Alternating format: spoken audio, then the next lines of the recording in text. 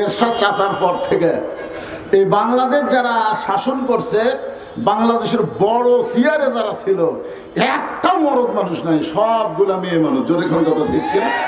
সবগুলা না, ঘুরে ফিরে দুটোই, ঘুরে ফিরে একটা ফল আছে আর একটা অসুস্থ অবস্থা আছে।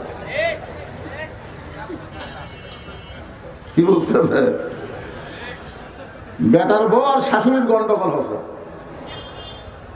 তো এখন শাশুড়ি পান খাবার অন্য বাড়িতে বেড়াবার গেছে, এমন সময় ফকুন্নি এসে বলতেছে, বৌমা 4টা চাল দাও।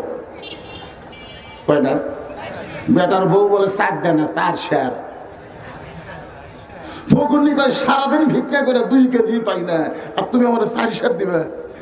শাশুড়ি আমার গাল দেয় অন্য বাড়িতে বেড়াবার কাছে, এই সুযোগে তোমার 4 শের চাল দিয়ে সংসার ঢুসা দেবো, কিন্তু ফকুনির বেটি কাউরে দান কইও না।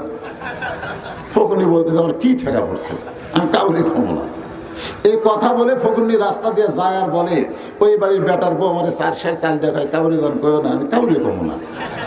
একলা একলাই গল্প করতেছে আর কাউরে খাবো না। একজন জিজ্ঞাসা করে, ফকুনির বেটি কি হয়েছে? বলে, বেটার বউ আমার 4 শের চাল দিয়ে কইছে, কাউরে দান কইও না, আমি কাউরে খাবো না।